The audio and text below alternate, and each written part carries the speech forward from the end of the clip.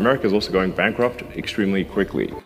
আলোচিত প্রস্তাবিত ব্যয় পরিকল্পনার বিল নিয়ে আবারও যুক্তরাষ্ট্রের প্রেসিডেন্ট ডোনাল্ড ট্রাম্পের তীব্র সমালোচনা করেছেন বিশ্বের অন্যতম শীর্ষ ধনকুবের ইলন মাস্ক।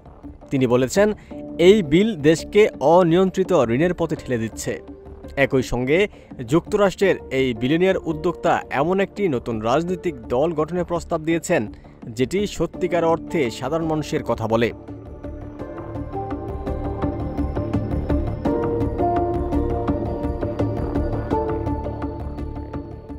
সোমবার নিজের মালিকানাধীন সামাজিক যোগাযোগ মাধ্যম এক্সে তিনি এসব কথা লিখেছেন।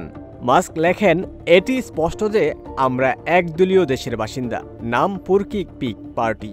এখন সময় নতুন একটি রাজনৈতিক দল গঠনের, যারা সত্যিই জনগণের কথা ভাববে।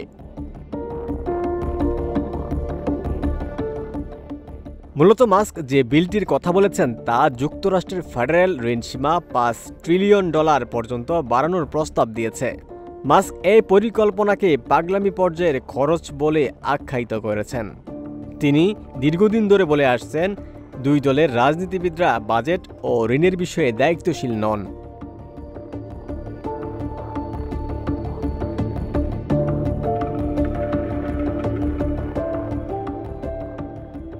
অবশ্য এর আগেও এই বিল নিয়ে ট্রাম্পের সঙ্গে প্রকাশ্যেই বাকযুদ্ধে জড়িয়েছেন মাস্ক, যদিও এর পরে তার ভাষা কিছুটা নমনীয় হয়। কিন্তু এই বিতর্ক স্পষ্ট করে দেয়, দেশের প্রভাবশালী ব্যবসায়িক নেতাদের সঙ্গে রাজনৈতিক নেতৃত্বের মধ্যে গভীর মতপার্থক্য রয়েছে।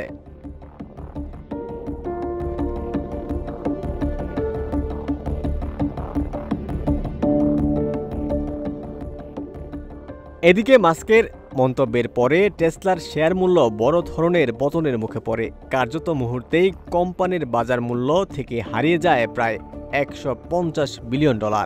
যদিও পরে শেয়ার দর কিছুটা ঘুরে দাঁড়ায়। এই ঘটনা বাজারে রাজনৈতিক ও ব্যবসায়িক নেতাদের প্রকাশ্যে দ্বন্দ্বের প্রভাব কতটা মারাত্মক হতে পারে তা দেখিয়ে দিয়েছে।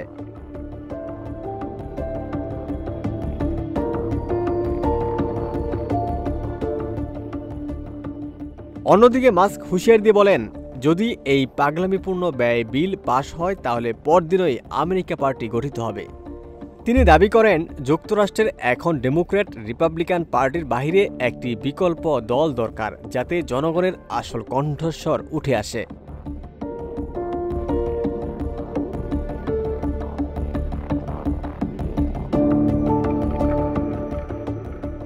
যুক্তরাষ্ট্রে দীর্ঘদিন ধরেই অভিযোগ রয়েছে, ডেমোক্র্যাট ও রিপাবলিকান এই দুই দলের আধিপত্য রাজনৈতিক ব্যবস্থাকে সংকুচিত করে ফেলেছে।